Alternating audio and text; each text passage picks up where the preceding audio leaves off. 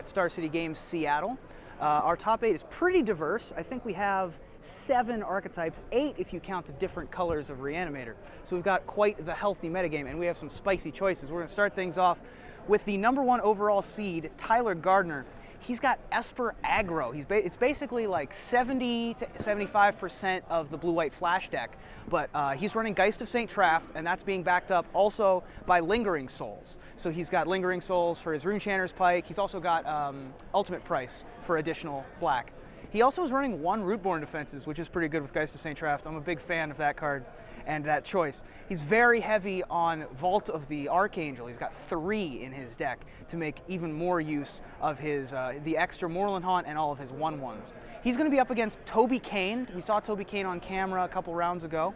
He is running a Junk Reanimator list with Lotleth Trolls as one of the discard outlets, one of the Thragtusk Angel of Serenity decks. He is also running Lingering Souls of his own, although only 2, and also Abrupt Decays.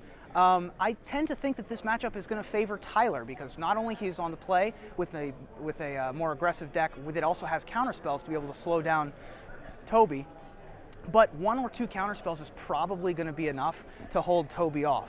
And so I'm going to go ahead and pick Tyler to win that one. That is going to be our Karn match. The match that you're going to watch on camera is Evan Rice and Brian Bennett. Evan Rice is a blue-white humans list, fairly stock blue-white humans list if you are familiar with the deck. He is running War Falcons. He is not running Dryad Militant because it's not a human. And he's also running the full 4 Sublime Archangels. And he is going up against Brian Bennett, who has a traditional black, green, red Jund control deck. He is running 4 Vampire Nighthawks and 2 Desecration Demons. So he's going to be able to hold off the flying army that Evan would normally be able to amass with Liev Sky Knight and Sublime Archangel and War Falcon. He's also got 2 main deck Abrupt Decays, which are going to be very good against Evan's deck. Evan's deck very similar to the Saito list that we saw earlier this month. Brian's is a very stock list. Who's on the play here? Brian, the Jund player, is going to be on the play. He's got 3 Bonfire of the Damned in the sideboard. That's probably going to be very good. Yeah, I'm going to go ahead and put the edge in Brian's favor, although I'd really like to see the blue-white aggro deck do well, because I love that deck. He does have 4 Thalias, so you can always just get locked out by Thalia in the Jund deck, because you need your Farseeks. The next match is J.R. Wade, who's starting work at Wizards soon. He is playing a 4-color Reanimator deck, or Frights.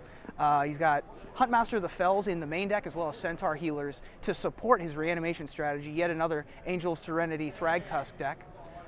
He is going up against Derek Boyko, who is running a black-green zombies list, one of the decks that we anticipated to do really well at the start of the metagame.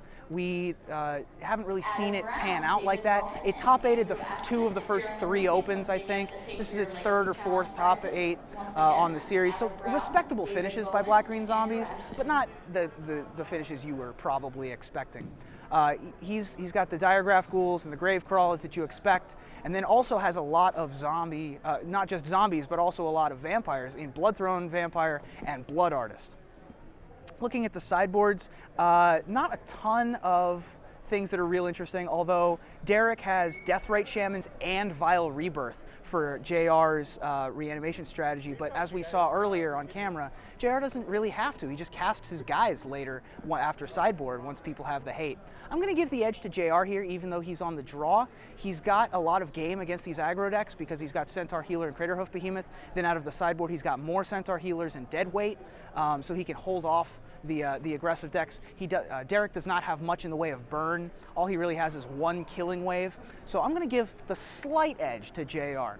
Our last match is Jacob Thiessen and Christopher Morris Lent. Jacob we saw on camera a couple times. He's got a traditional Bant control list, the only real difference being he's cut down on Azorius Charms and added Selesnya Charms, which I think is a pretty solid choice. He is up against Christopher Morris Lent, who's playing the mono-red aggro deck that the Travis Wu Corbett Gray team was championing earlier. He's got the Hellion Crucibles. He's got pretty much the same numbers. He only has 3 Thundermaw Hellkites and only 3 Gorehouse Chainwalkers to make room for 2 main deck Flames of the Firebrand, which are not going to be particularly relevant against Jacob.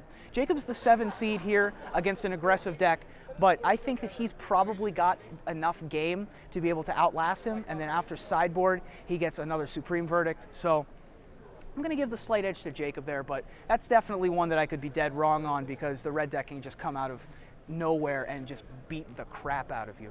So we're going to give you guys Evan Rice and Brian Bennett with Blue White Humans and Jund. And yeah, stay tuned for the top 8 with Patrick Sullivan and Cedric Phillips.